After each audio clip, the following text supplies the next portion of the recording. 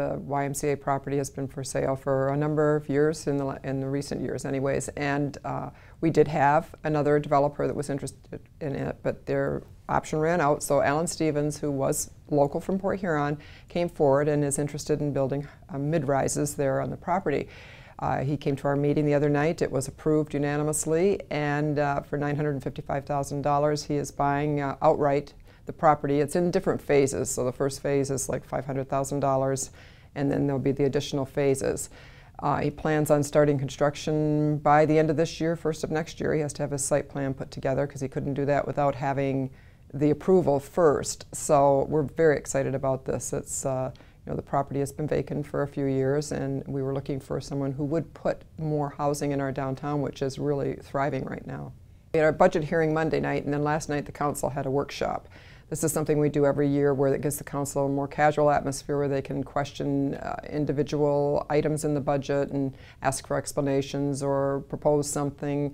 But this year's budget basically was the same as last year's budget with a little increase in it, mainly due to the fact that there are contractually 2% employee raises, and once you have the raise, and you also have an increase in your fringe benefits. So majority of any increase in our budget was for that. Everything else is pretty much the same as it's been in last year's or the current year's budget. No major changes, so we're just kind of staying stable. Spirit of Port Huron Awards have been going on for a number of years, and there is categories such as cultural, civic, good neighbor, I can't remember all of them off the top of my head, economic development, student, and then a lifetime achievement. And a couple of the people that I do off the top of my head know that will receive the awards are going to be Casey's for economic development. He's put a lot of money into his building and added on, and it looks fantastic, and he's going to be recognized for that. That's certainly good for our downtown. Lifetime Achievement Award, one is going to Marcia Haynes, which is, she has, you know, been very pivotal in our community and seeing it succeed. She's certainly our local historian. She's done a lot for our community over the years.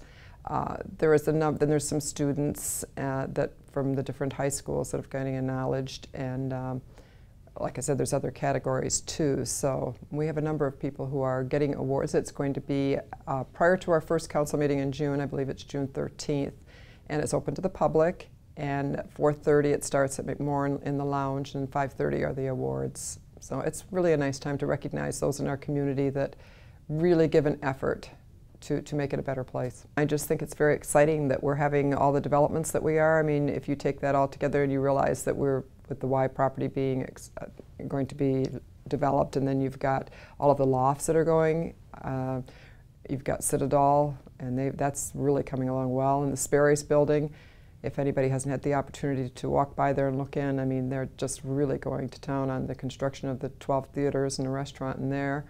And then you have, you know, the hotel's going to be built in the old Michigan National Bank building, City Flats, and you've got the refurbishing of the Times Herald building across the street, and you've got the new building for Community Foundation. I could go on and on and on. It's just in the lofts that are being, Larry Jones doing some lofts down there. I just think it's really an exciting time in Port Huron.